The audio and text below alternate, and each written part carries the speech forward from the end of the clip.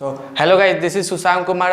आज हम लोग ग्रेविटेशन चैप्टर का लेक्चर नंबर 2 कवर करेंगे लोग। इससे पहले मैंने लेक्चर नंबर 1 तक वीडियो अपलोड कर दिया था, उसकी लिंक आपको जो है वो डिस्क्रिप्शन में मिल जाएगी। तो आज हम लोग सबसे पहले क्या क्या टॉपिक कवर करेंगे लोग देख लेते हैं। तो सबसे पहला जो टॉपिक है, मैंने पिछला वीडियो में भी बात किया था, जो कवर करेंगे Kepler's law of planetary motion, यानी केप्लर ने 3 लॉ प्लेनेटरी मोशन पर दिए थे। Kepler first law, Kepler second law, Kepler third law.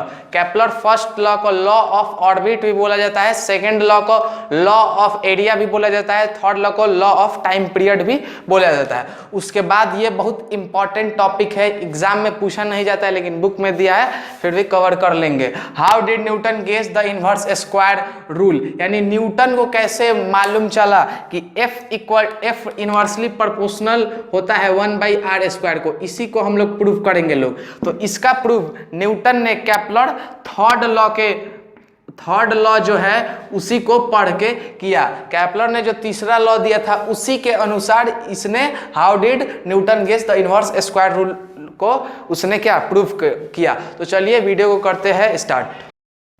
तो चलिए स्टार्ट करते हैं केप्लर फर्स्ट लॉ के साथ। जो केप्लर फर्स्ट लॉ है उसे लॉ ऑफ ऑर्बिट भी बोला जाता है। तो स्टेटमेंट क्या कहता है, सबसे पहले देख लेते हैं। स्टेटमेंट है the planets moves in A elliptical orbit. जो प्लैनेट मूव करता है, आप लोग को पता ही होगा कि एक सोलर सिस्टम में सन होता है, उसके चारों तरफ क्या होता है, प्लैनेट मूव करते रहता है। तो सन जो रहता है ना, तो बच्चे के दिमाग में मिसकंसेप्शन यही रहता है कि यहाँ पे सन है, मान लीजिए, तो इसके गोल गोल यानी सर्कुलर पाथ में प्लैनेट मूव करते रहता है। लेकिन ऐसा नहीं है। वो किस पाथ में मूव करता है, elliptical orbit. Elliptical orbit means क्या होता है, ये एक ओवल शेप का होता है, कुछ इस प्रकार से मूव करता है। ये किसने बताया था, केप्लर ने अपने फर्स्ट लॉ में बताया था कि जो प्लेनेट है वो सन के अराउंड इलिप्टिकल ऑर्बिट में घूमता है, और सन सेंटर में नहीं रहता है। सन देखिए, इसमें 2 फोकाई होता है। अब फोकाई क्या होता है, तो फोकाई होता है फोकस का प्लूरल फॉर्म।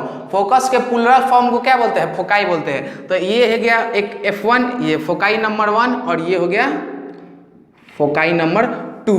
और यही फोकाई नंबर 1 पर या तो सन रहेगा या तो फोकाई नंबर 2 पर सन रहेगा। तो मान लेते हैं फोकाई नंबर 1 पर ये एक सन है।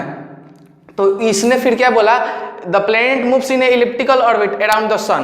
प्लैनेट है वो इलिप्टिकल ऑर्बिट में मूव करता है with the sun at one of the 2 foci of the elliptical orbit. और जो सन रहेगा ना, ये 2 फोकाई में से किसी एक फोकाई पर प्रेजेंट रहेगा।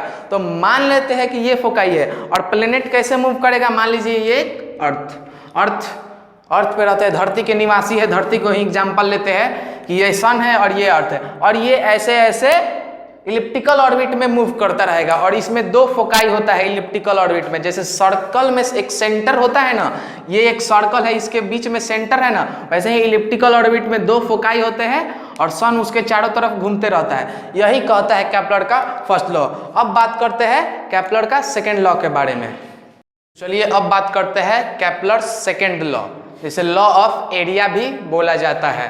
तो केप्लर साहब ने क्या, पहला लॉ आपको समझ में आ गया होगा कि एलिप्टिकल ऑर्बिट में मूव करता है और 2 फोकाई होता है और किसी एक फोकाई पर सन रहता है। तो इसमें क्या कहता है, इसमें आपको स्टेटमेंट से समझ ही में नहीं आएगा क्या कह रहा है। Each planet revolves around the sun in a such a way that the line joining the planet to the sun sweep over equal areas in equal interval of time। Statement से कुछ समझ में नहीं होगा। अब देखिए समझिए क्या होता है। सबसे पहला बात की, जो ये क्या होता है, कोई भी प्लेनेट एक इलिप्टिकल ऑर्बिट में मूव करता है। कोई भी प्लेनेट एक इलिप्टिकल ऑर्बिट में मूव करता है और किसी एक फोकाई पर सन रहता है। तो मान लीजिए इस फोकाई पर सन है और ये हो गया आपका दूसरा वाला फोकाई। तो यहाँ पे, और ये मत कंफ्यूजन में रहिएगा कि इसी पर क्यों रहेगा, ये इस पर भी हो सकता है, किस पर भी हो सकता है, लेकिन मान लेते हैं इसी पर है। अब इसमें क्या है, ये वाला लाइन इंपॉर्टेंट है, over equal areas in equal interval of time. कोई भी प्लेनेट, अगर मान लीजिए कोई प्लेनेट यहां पर है ए पॉइंट पर, कोई प्लेनेट ए पॉइंट पर है और ये 10 दिन लगाया बी पॉइंट पर आने में, ये मान लीजिए ये कोई प्लेनेट है, अर्थ ही मान लेते हैं, ये यहाँ पर ए पॉइंट पर है, लेकिन ए से बी में आने में इसको लगा 10 डेज। अब इसका एरिया क्या होगा? तो एरिया इसको कैसे निकालेंगे? कुछ नहीं करेंगे, एक लाइन यहाँ से ले जाके इसमें मिला देंगे और ये हो गया। अब इसके अंदर जितना भी पार्ट आ गया, ये क्या हुआ? ये हो गया इसका एरिया। तो केपलर साहब ने क्या बोले थे कि जो 10 दिन में जितना यहाँ पे एरिया कवर किया है, हर एक 10 दिन में इतना ही एरिया वो कवर करेगा, चाहे वो सन के पास में रहे या सन के दूर रहेगा। तो आप बोलिएगा ठीक है, फिर यहाँ पे है मान लीजिए ये इतना एरिया कवर किया, तो यहाँ पे इतना ही एरिया होना चाहिए यहाँ पर भी। तो यहाँ पर ये पॉइंट हो गया और एक पॉइंट ये हो गया, मान लीजिए ये हो गया CD। अब बोलिएगा आपकी ये और ये कहाँ इक्वल है? ये पॉइंट और ये एरिया और ये एरिया आपको इक्वल लग रहा है? नहीं लग रहा है। क्यों? तो इसको केपलर समझाया कि हमारा लॉ गलत नहीं है, लोगों का सोचने का तरीका ही गलत है। यहाँ पर जब आएगा सन के पास में, जब आएगा कोई भी प्लेनेट सन के जब पास में आएगा ना, तो उसकी स्पीड बढ़ जाती है। अब स्पीड कैसे बढ़ती है बताएंगे, पहले देख लीजिए। कोई भी अगर वो क्या हो रहा है, सन यहाँ पर सन के दूर है तो वो इतना ही कवर करेगा 10 दिन में, लेकिन कोई भी प्लेनेट जैसे ही सन के पास आई, यहाँ पर तो सन के पास आई, तो वो ज़्यादा डिस्टेंस कवर कर लेगा। यहाँ पर कम डिस्टेंस कवर किया है, लेकिन जैसे ही सन के पास आएगा वो ज़्यादा डिस्टेंस कवर करे। अब इसका एरिया इतना और ये टोटल एरिया, अब ये टोटल एरिया क्या हो गया उसने कहा। अब ये एरिया और ये एरिया इसका क्या है, ये ज़्यादा है और ये क्या है, उतना ही है। ज़्यादा कोई है ना कम कोई है। ये CD जितना है उतना ही AB है। तो ये केपलर ने बताया था कि जैसे ही सन के पास आएगा ना, ज़्यादा डिस्टेंस कवर कर लेगा। क्यों? क्योंकि उसकी स्पीड ज़्यादा हो जाएगी। यहाँ पे इसकी स्पीड कम रहेगी, यहाँ पे इसकी स्पीड कम रहेगी, यहाँ पर इसकी स्पीड ज्यादा रहेगी। अब स्पीड ज्यादा और कम क्यों रहेगी? तो आपने पढ़ा है कि F इनवर्सली प्रोपोर्शनल होता है 1/r² के। तो इनवर्स रिलेशन है, इनवर्स स्क्वायर लॉ फॉलो कर रहा है। तो यहाँ पे इनवर्स यानी डिस्टेंस, r का मतलब क्या होता है? डिस्टेंस होता है। यहाँ पे डिस्टेंस ज्यादा है तो फोर्स बहुत कम लगेगा। देखिए यहाँ से यहाँ के बीच में बहुत ज़्यादा डिस्टेंस है, किसी भी दो मास से, एक सन हो गया ये एक प्लेनेट हो गया, तो इसका डिस्टेंस क्या है? ज़्यादा है तो फोर्स क्या है? कम है। तो फोर्स कम है तो मोशन भी क्या होगा? धीरे धीरे होगा। यहाँ पे देखिए, यहाँ पर same F inversely proportional to 1/r²। यहाँ पे डिस्टेंस कम है तो फोर्स क्या लगेगा? ज़्यादा लगेगा। यही ना होता है इनवर्स में। और डायरेक्टली प्रोपोर्शनल होता है, अगर ये कम है तो भी ये कम होता है, ये ज़्यादा है तो ये भी ज़्यादा है। लेकिन इनवर्सली है, ये कम है तो ये ज़्यादा होगा। तो फोर्स ज़्यादा लगेगा तो वो क्या होगा? जल्दी मोशन करेगा, उसका स्पीड ज़्यादा हो जाएगा। कोई भी ऑब्जेक्ट पर आप अचानक से तेज में फोर्स लगेगा तो वो क्या, उसका वेलोसिटी जो है या स्पीड है वो ज़्यादा हो जाएगी। लेकिन कोई भी ऑब्जेक्ट पर आप धीरे से फोर्स लगेगा, वो धीरे से स्पीड यानी कम स्पीड से ट्रेवल करेगा। तो वही केस यहाँ पर लग रहा है। यहाँ पे स्पीड ज़्यादा है, उसीलिए एरिया इसका डिस्टेंस ज़्यादा हो रहा है। यहाँ पे स्पीड कम है, इसीलिए डिस्टेंस कम हो जा रहा है। लेकिन हर एक 10 डेज में, 10 डेज क्या, अब हम अपने से माने हैं कि ये 10 डेज में कवर किया। अभी जितना देर में कुछ डेल्टा T टाइम में कवर किया होगा, यानी चेंज इन टाइम में उतना ही कवर करेगा जितना हर एक 10 दिन में कवर करेगा। तो केपलर सेकेंड लॉ समझ में आ गया होगा। अब बात करते हैं थर्ड लॉ के। थर्ड लॉ यानी केपलर का तीसरा लॉ क्या कहता है? इसे लॉ ऑफ टाइम पीरियड भी बोला जाता है। यानी ये क्या बताया जाता है कि कोई भी प्लेनेट के अराउंड में सन के अराउंड में कोई भी प्लेनेट कितना टाइम में कवर करता है, यही लॉ इस कहता है। बताएंगे और क्या होता है। स्टेटमेंट पहले देख लेते हैं क्या होता है। The cube of mean distance of a planet from the sun is directly proportional to square of time it takes to move around the सन।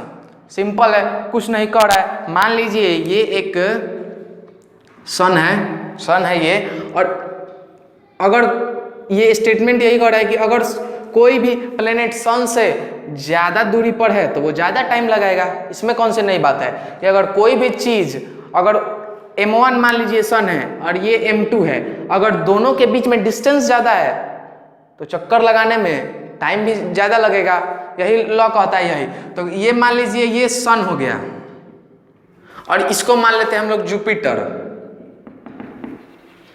तो सन और जुपिटर में ज़्यादा डिस्टेंस है और उसके बीच के डिस्टेंस को r मान लेते हैं। तो यही कहता है from the sun is directly proportional to square of the time the cube of mean distance, यानी उसके डिस्टेंस के क्यूब का यानी आर क्यूब डायरेक्टली प्रोपोर्शनल होता है ये कितना टाइम में पूरा एक चक्कर लगा रहा है उसी के डायरेक्टली प्रोपोर्शनल होता है। और वो टाइम में केवल नहीं, उसके टाइम का स्क्वायर का होता है, यानी R cube is directly proportional to T square. समझ में नहीं होता आया होगा, एक बार और समझा देते हैं। यानी इसके कहने का मतलब है, मान लीजिए ये सन है और ये जुपिटर है, मान लीजिए ये सन है और ये जुपिटर है, सन और जुपिटर है, सन और जुपिटर में कुछ तो डिस्टेंस होगा, तो उसके डिस्टेंस के क्यूब, उसका डिस्टेंस केवल नहीं, उसके डिस्टेंस के क्यूब के डायरेक्टली प्रोपोर्शनल होता है उसके टाइम को एक चक्कर लगाने में कुछ तो टाइम लगा होगा, उसके टाइम जितना लगा उसके स्क्वायर के डायरेक्टली प्रोपोर्शनल होता है, यानी R cube directly proportional to time square. यानी अगर डिस्टेंस हम बढ़ाएंगे तो टाइम जाहिर सी बात है ज्यादा लगेगा ही। यही कहता है केपलर का थर्ड लॉ। अभी और बहुत कुछ है इसमें, और इसी थर्ड लॉ के अनुसार न्यूटन ने इनवर्स स्क्वायर रूल को प्रूव किया था। थर्ड लॉ के केपलर का तीसरा लॉ पढ़ के ही इसने इनवर्स स्क्वायर लॉ प्रूव किया था। तो यहाँ पे देखिए डायरेक्टली प्रोपोर्शनल है, ये प्रोपोर्शनल का सिंबल है, जब भी प्रोपोर्शनल का सिंबल हटता है कांस्टेंट टर्म आता है, तो यहाँ पे क्या हो जाएगा आर क्यूब इक्वल टू, जब इक्वल टू लगेगा एक कांस्टेंट टर्म आ जाएगा, मान लीजिए कांस्टेंट ही लिख देते हैं, और टी स्क्वायर या के भी ले सकते हैं इसको। फिर ये मल्टीप्लाई में है, इस साइड आएगा तो क्या हो जाएगा R cube by T square, और ये क्या हो गया कांस्टेंट। यानी इस वाले पॉइंट को आप लोग दिमाग में छाप लीजिए कि R cube by T square क्या होता है कांस्टेंट होता है, क्योंकि यही वाला इक्वेशन हम लोग प्रूफ करेंगे लोग 1 by F inversely proportional to 1 by R square के, ये R cube by T square equal to constant, यानी ये जो है ये कांस्टेंट रहता है। कांस्टेंट तो रहेगा ही क्योंकि जुपिटर, सन और जुपिटर के बीच की दूरी तो कांस्टेंट है ही, और टाइम भी कांस्टेंट है। क्यों? क्योंकि उसको उतना ही दिन में, मान लीजिए पृथ्वी का है 365 दिन और लीप ईयर में 366 दिन होता है, तो वो तो कांस्टेंट है कि उतना दिन में उसको एक रिवॉल्यूशन कर ही लेना है। वैसे ही कुछ इसका होगा, जुपिटर का होगा, और टाइम तो कांस्टेंट होगा ही कि कुछ इतना दिन में चक्कर लगा देगा, और उसके बीच का दूरी भी कुछ कांस्टेंट होगा। तो यही R cube by T square क्या होता है कांस्टेंट होता है। तो फर्स्ट लॉ समझा दिया, सेकेंड लॉ समझा दिया, थर्ड लॉ समझा दिया। नहीं समझ में आएगा 2-3 बार वीडियो देखिएगा, आपको ध्यान से समझ में आ जाएगा। तो चलिए अब बात करते हैं how did Newton guess inverse square law के बारे में।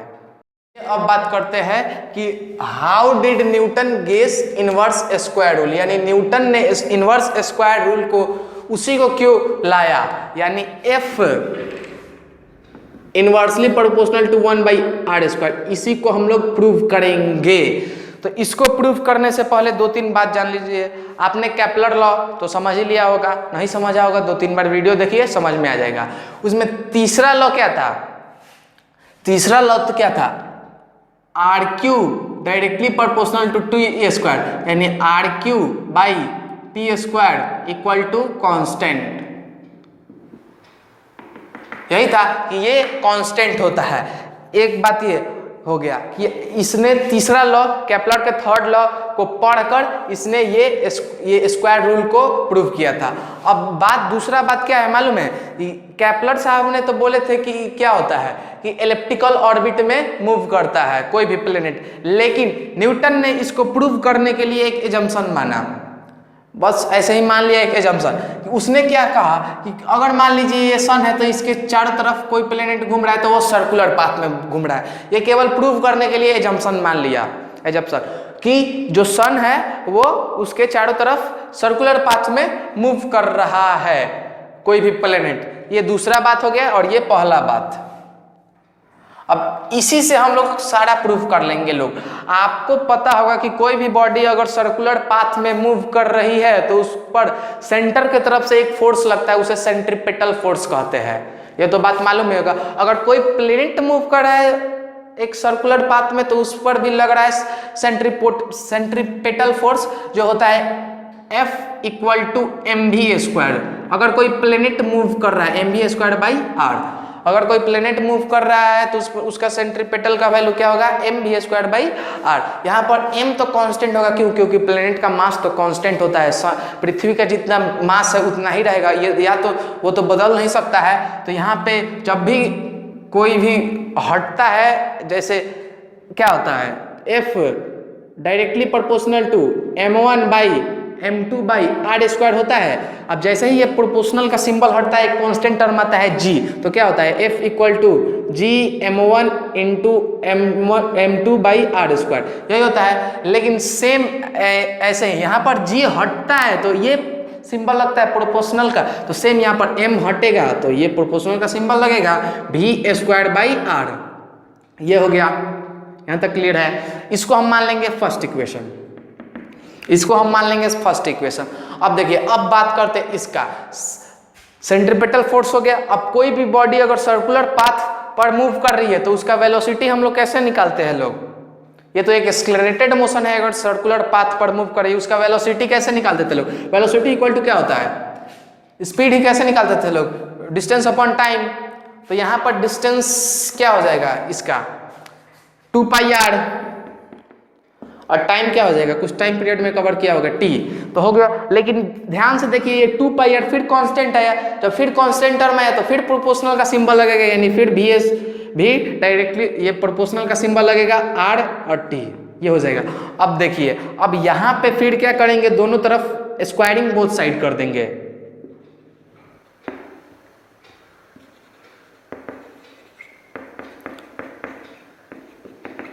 स्क्वायरिंग बोथ साइड करेंगे, जब स्क्वायरिंग बोथ साइड करेंगे तो क्या हो जाएगा, v² directly proportional to r² और इनवर्सली प्रोपोर्शनल टू t², यही होगा।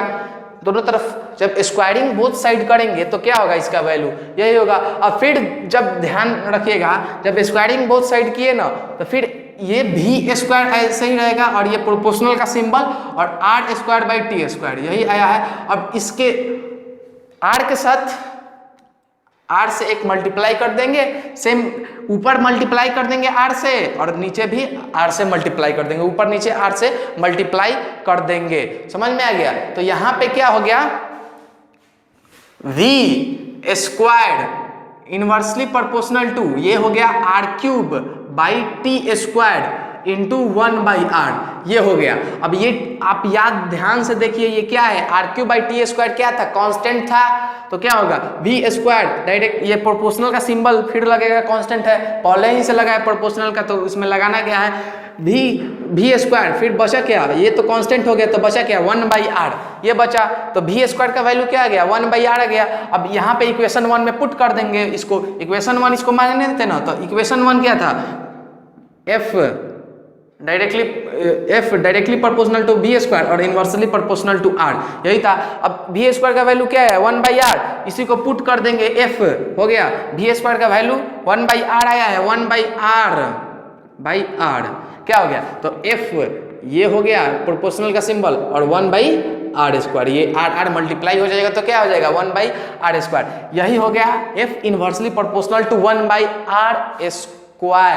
समझ में आ गया कि कैसे हुआ, ये पूरा पहले सेंट्रीपेटल फोर्स निकालेंगे लोग, फिर एक कांस्टेंट टर्म m वाला आ गया, फिर यहाँ पे क्या होगा v जिसका वेलोसिटी निकालेंगे लोग, फिर वेलोसिटी निकालने के बाद क्या करेंगे लोग, इसका कांस्टेंट निकालेंगे लोग, फिर दोनों तरफ स्क्वायर कर देंगे लोग, फिर यहाँ पे ऊपर भी r से मल्टीप्लाई नीचे भी r से मल्टीप्लाई करेंगे लोग, तो r³/t² क्या हो जाएगा, कांस्टेंट हो जाएगा, बचा क्या 1/r, v² का वैल्यू 1/r आ गया, v² की जगह इक्वेशन 1 जिसे माने थे वहां पे पुट कर देंगे लोग 1/r/r, ये दोनों मल्टीप्लाई हो जाएगा, तो f inversely proportional to 1/r² हो गया। तो इतना क्लियर है आज के वीडियो में, बस इतना ही। फर्स्ट वीडियो के लिंक आपको डिस्क्रिप्शन में मिल जाएगी।